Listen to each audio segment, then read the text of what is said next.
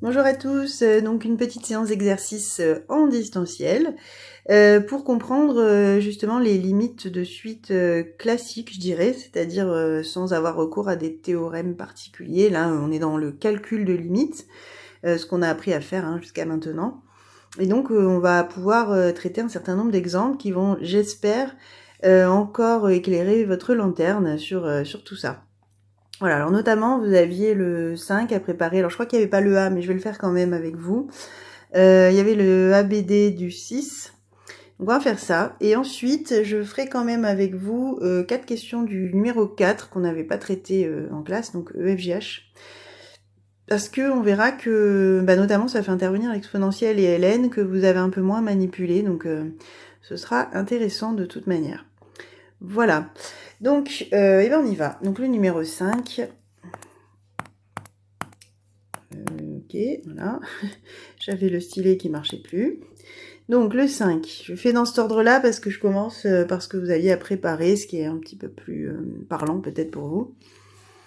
Donc le numéro 5, alors le A donc n'était pas à préparer, mais bon, il est assez ressemblant au B, donc c'était pas pour rien qu'il est dans le même exercice. Donc je vais le faire, ça vous entraîne comme ça. Alors, déjà, première chose, est-ce que j'ai une forme indéterminée? Eh bien là, je vais avoir plus l'infini moins l'infini, donc effectivement, on est bien dans le cas d'une forme indéterminée. Je vais essayer de vous l'écrire à chaque fois. Comme ça, ça fait réfléchir aussi... Enfin, vous fait voir déjà que j'y réfléchis tout de suite. C'est-à-dire que la forme indéterminée, normalement, n'arrive pas comme un cheveu sur la soupe en fin d'exercice, en fin de question. On le voit dès le départ et c'est pour ça qu'on se lance dans telle ou telle démarche. Si on ne voit pas de forme indéterminée dès le départ, alors on peut ne pas l'avoir vue aussi, bon, effectivement, ça peut arriver, mais en tout cas, si on a eu le recul nécessaire, si on ne la voit pas dès le départ, c'est qu'a priori, il n'y en a pas, et donc on va se lancer dans une autre démarche de rédaction. Donc c'est important de voir ça dès le départ. Alors, donc, ici, effectivement, j'ai une forme indéterminée. On avait dit que dans ce cas-là, pour l'instant, en tout cas, vous ne savez pas faire autre chose que changer l'expression et en général, plutôt passer par la factorisation qui nous permet d'aller chercher les règles du produit à la place des règles de l'addition, enfin des sommes. Parce que là, clairement, la somme, ça marchait pas. Donc, je factorise, on a dit, en général, on va factoriser par le terme qui est le plus fort, qui va le plus vite vers plus infini. Et donc ici par n au carré, donc ça me donne ça. Et alors là, attention, parce que en réalité, ça, c'est encore une forme indéterminée. Puisque la racine tend vers plus infini, et n au carré tend vers plus infini. Donc j'ai encore une forme indéterminée ici.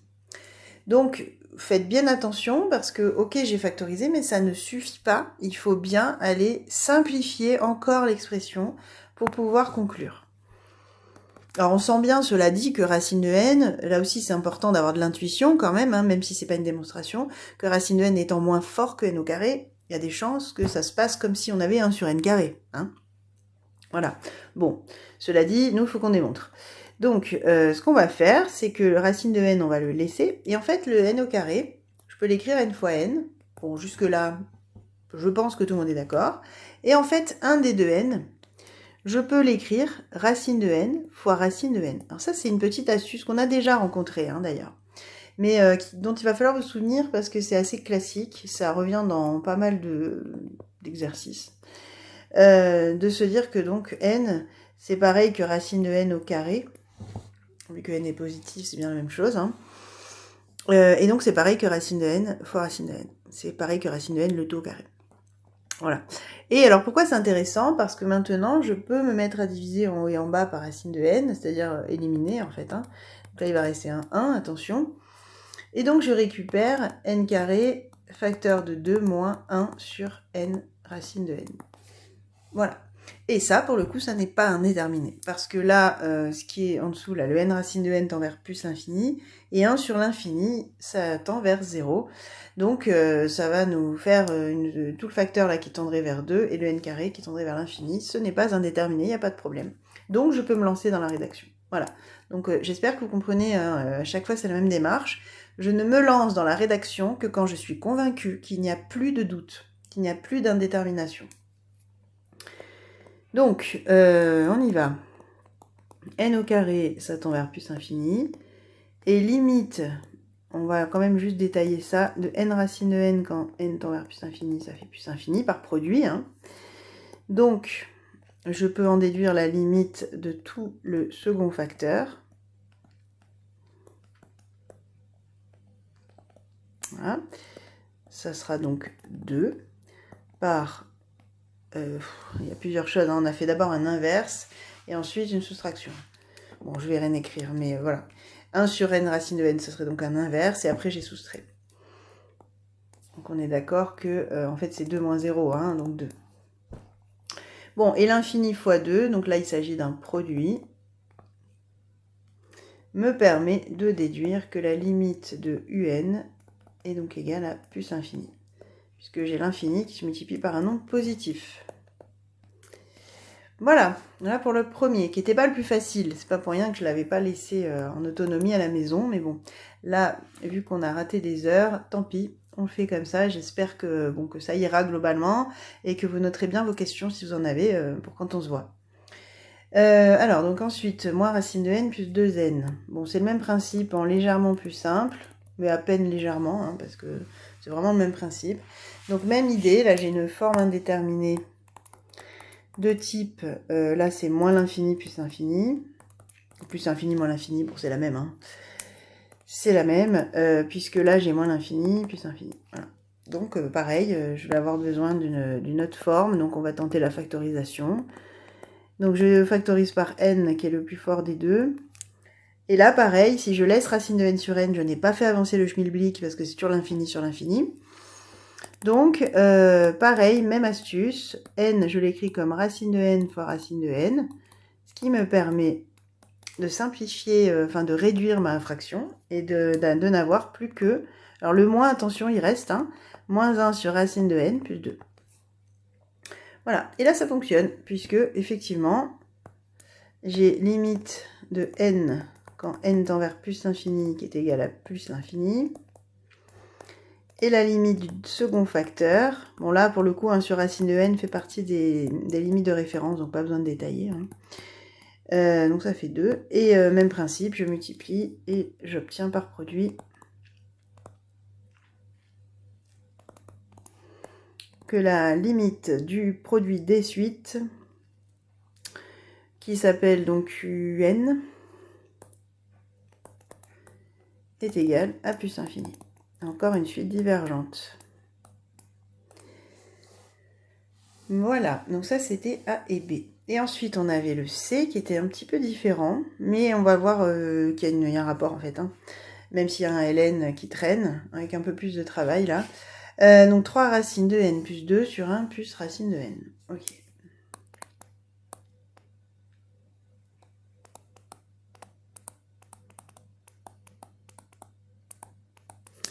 Voilà. Et j'imagine qu'elle s'appelle encore un. Alors, je vais juste vérifier l'expression, parce que je suis pas sûre de moi. Oui, c'est ça. Voilà, donc là, bon, alors il y a plusieurs choses, il faut faire attention, il y a un ln. Bon, le ln, finalement, il va arriver à la fin de notre raisonnement, puisque c'est d'abord ce qui est à l'intérieur, là, qui va nous intéresser, puisqu'il faut déjà voir si c'est une limite, ce truc-là. Et quand je regarde un petit peu les limites, donc en haut, ça fait l'infini, puisque j'ai 3 racines de n plus 2. En bas, c'est l'infini aussi. Donc, forme indéterminée, à cause de ce qui est à l'intérieur. L'infini sur l'infini. Donc, effectivement, je vais être obligée de changer l'expression. Alors, je vais d'abord me concentrer, c'est ce que je disais, hein, sur cette expression qui est à l'intérieur. Je vais le faire en vert. Voilà, donc ce truc-là, si j'essaie de le réécrire, parce que pour l'instant, c'est lui qui pose problème, c'est pas encore le ln, hein. Peut-être qu'il n'y aura pas de problème avec ln. Donc, je vais essayer de factoriser. Le plus fort en haut et en bas, à chaque fois, c'est racine de n. Donc en fait, la factorisation, ça fait un peu peur comme ça, mais en fait, elle est assez simple. Donc j'ai 1 sur racine de n plus 1. Voilà. Je peux enlever mes racines de n puisque je peux diviser en haut et en bas, ils sont en facteur tous les deux. Et donc finalement, ben, je récupère un numérateur et un dénominateur. Un qui va tendre vers 3, un qui va tendre vers 1. Donc je n'ai plus de forme indéterminée. Et donc je vais être en capacité de donner la limite de ce qui est à l'intérieur du ln. Ce que je vais faire d'ailleurs.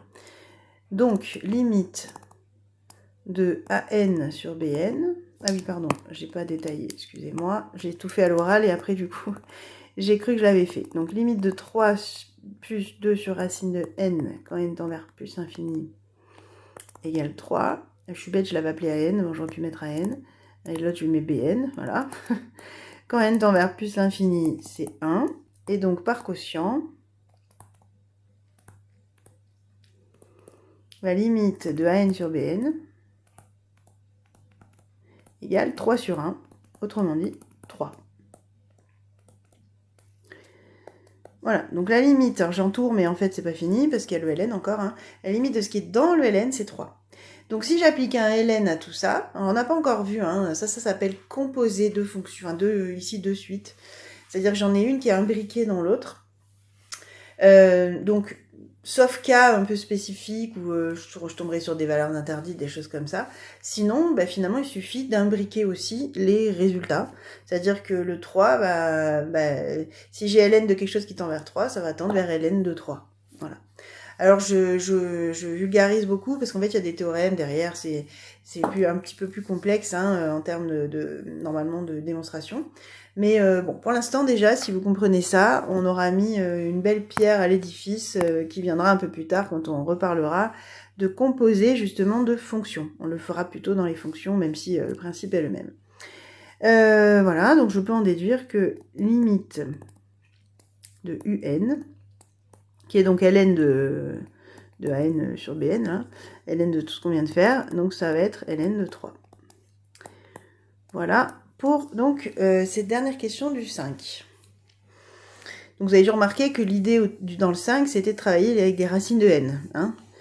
Après, on a mis des trucs autour, mais c'était l'idée. Ensuite, donc dans le 6, on a A, B et D, donc qui sont très très similaires à ce qu'on a pu faire dans le cours. Donc je vais le faire assez vite parce que c'est quand même... Enfin, puis on en a déjà fait. Hein, je vais le faire quand même assez... je vais essayer de pas trop m'apesantir pour pas faire une vidéo trop longue.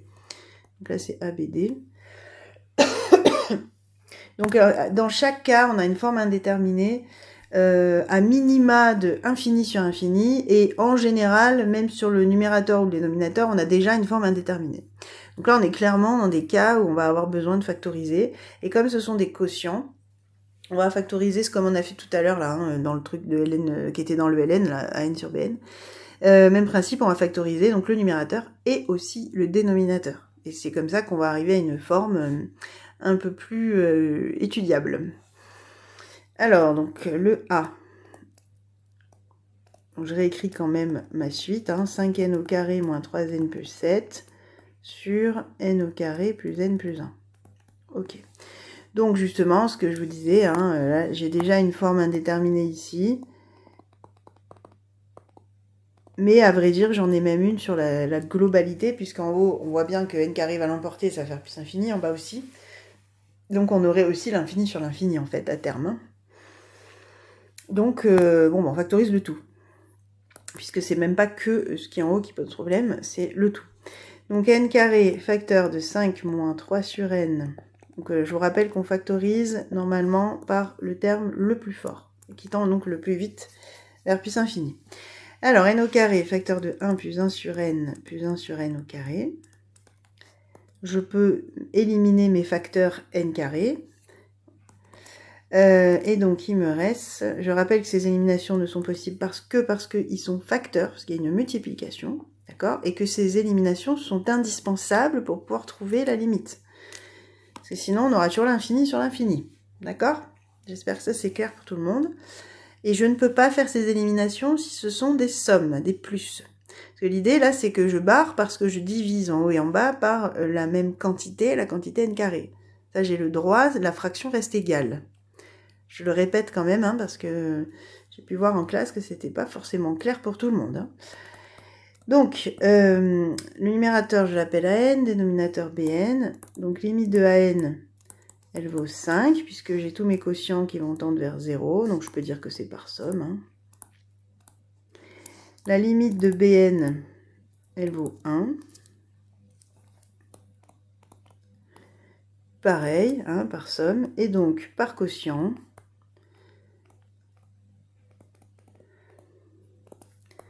la limite de UN égale 5 sur 1, autrement dit 5. Voilà, donc je dirais que ces exercices-là sont plus simples que le 5, hein, que le 5 de tout à l'heure, là. Puisque bon, finalement, j'applique ma technique, en termes de calcul, c'est pas violent. Donc on s'en sort assez bien normalement. Hein.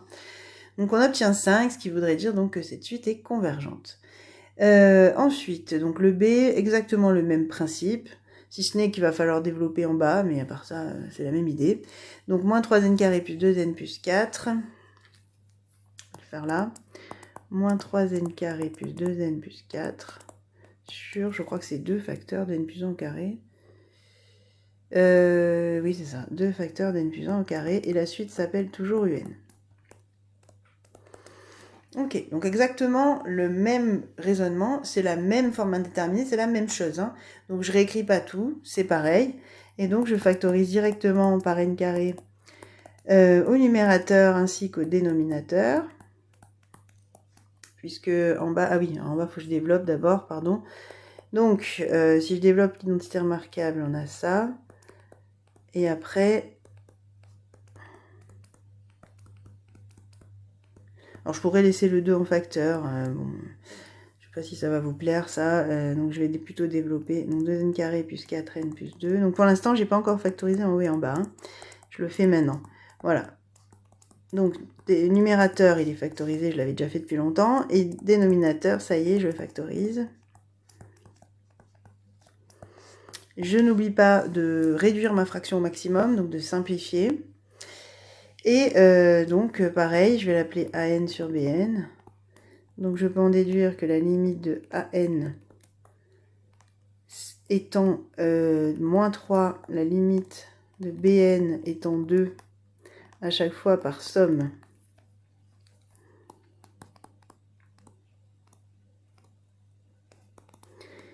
Je peux en déduire que par quotient,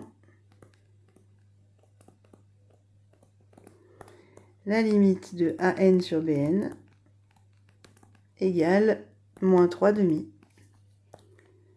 Enfin, N sur BN, pardon, c'est UN en fait, hein, tout ça. Limite de UN donc égale à 3 demi. Moins 3 demi, pardon. Voilà pour la B. Et la D, qui est encore dans le même moule. Donc la D, c'était 2n carré moins 1 sur 3n plus 7. Voilà, elle s'appelle toujours UN. On a fait original. Même principe, là c'est l'infini sur l'infini, là pour le coup c'est clair, il n'y a qu'une forme indéterminée, puisque en haut c'est pas indéterminé, non, ça fait plus infini, en bas aussi. Donc là la forme indéterminée ce serait l'infini sur l'infini, la première en tout cas la plus, voilà, celle qui apparaît en premier. Donc bon, en tout cas, bon, même problème, hein, il faut quand même que je factorise sur n carré. Alors pourquoi j'ai mis n carré, pardon, on factorise par n, donc 3 plus 7 sur n. Et donc là, alors on fait attention quand on simplifie, hein, on ne peut pas là pour le coup enlever tout le facteur, mais je peux enlever un facteur n au numérateur et au dénominateur, puisque n carré c'est n fois n. Hein. Donc il va m'en rester 1 au numérateur et 1, et pas du tout, pardon, au dénominateur, donc 3 moins 7 sur n. Donc ça, je peux dire que c'est n fois AN sur BN. Comme ça, après, j'ai plus qu'à détailler dans ma rédaction. Là, je vois que ce sera bon, hein, puisque, vous voyez pourquoi je m'arrête là. Hein, ça tend vers 2, ça tend vers plus infini. Donc en haut, on sait que ça fera l'infini. Et ça tend vers 3, l'infini sur 3, c'est pas indéterminé. Donc on peut se lancer dans la rédaction, c'est faire à partir de là. Voilà. Donc limite de n, quand n tend vers plus infini égale plus infini. Il y en a un dans le cours d'ailleurs qui est très ressemblant à celui-là. 2 moins 1 sur n carré égale 2. Et enfin, la limite de 3 moins 7 sur n égale 3 quand n tend vers plus infini. Voilà, donc par produit puis quotient,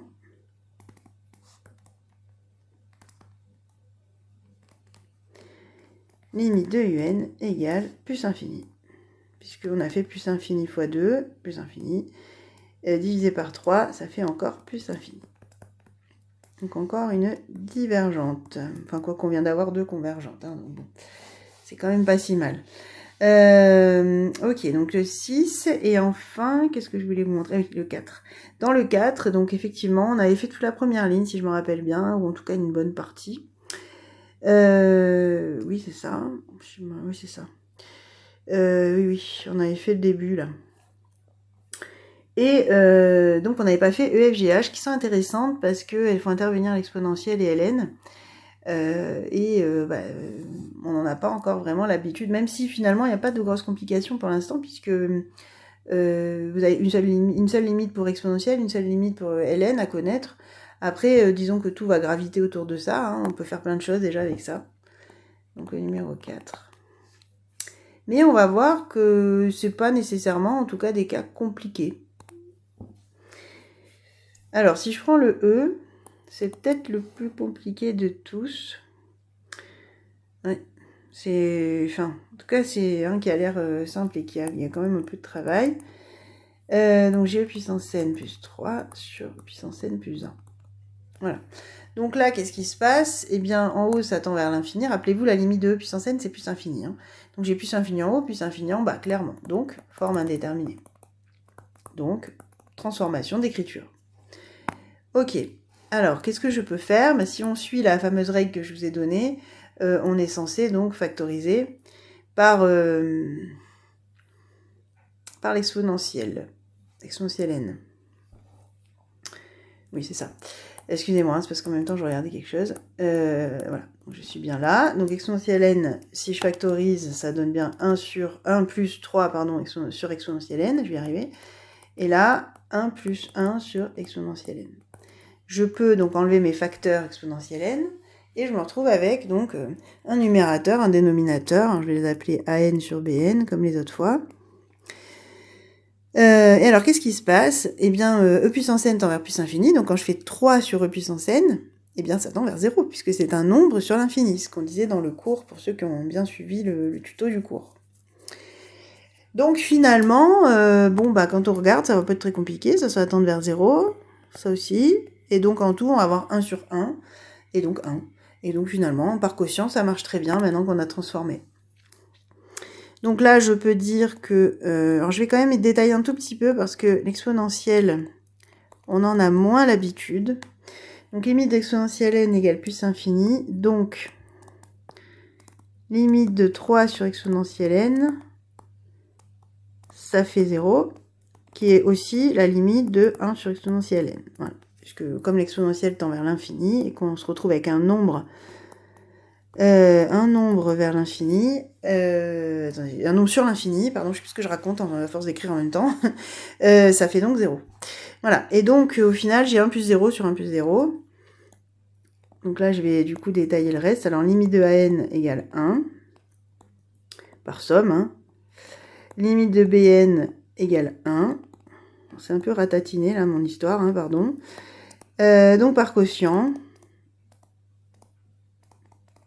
la limite de un égale 1 sur 1, donc 1.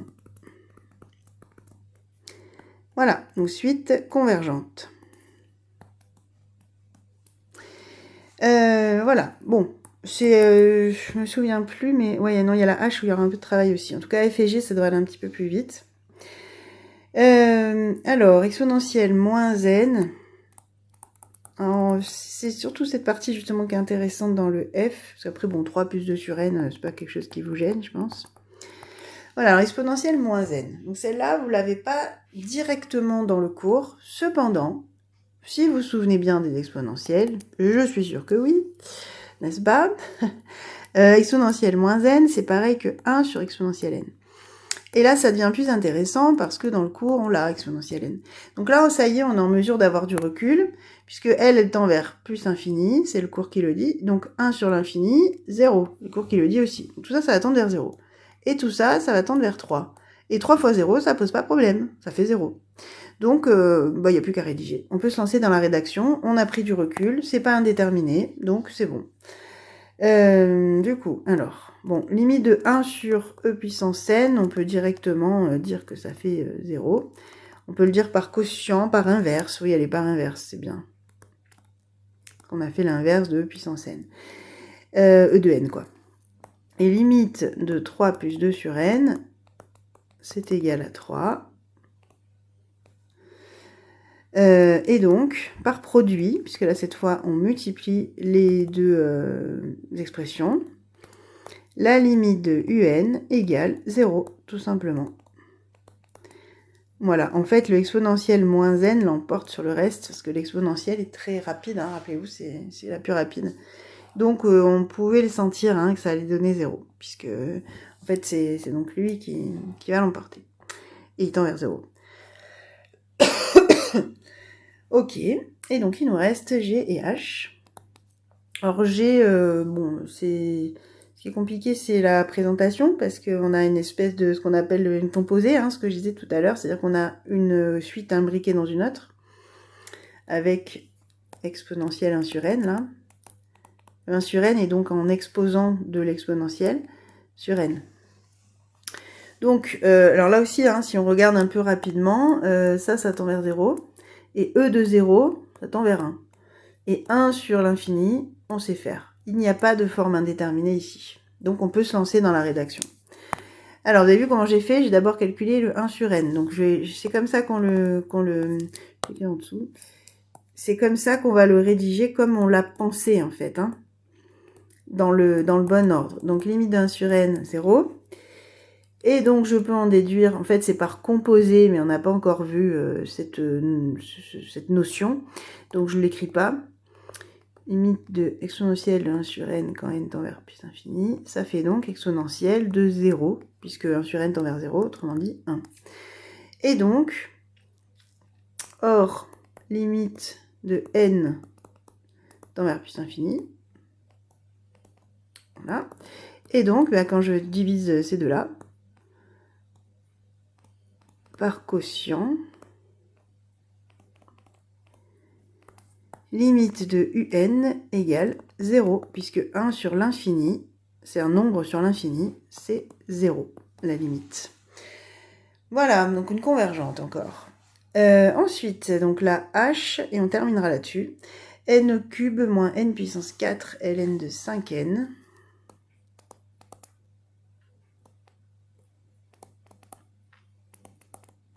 Voilà, j'ai essayé de rien oublier. un égale. Et donc ça, c'est la h.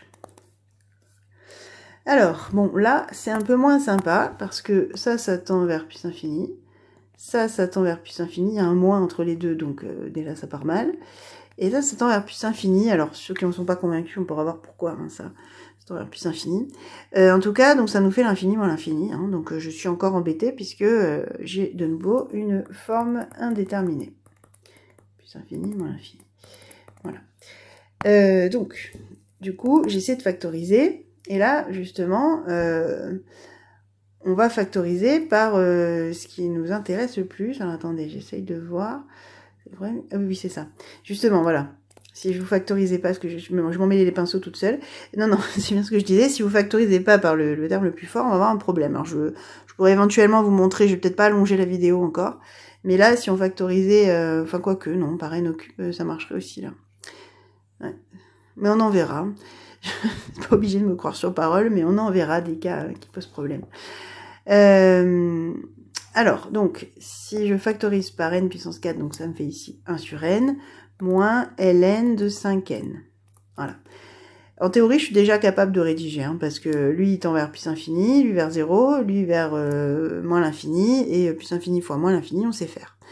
Sauf que bon, vous aurez peut-être plus de mal à justifier, enfin rédiger, donc juste la partie du ln de 5n, je vais la détailler.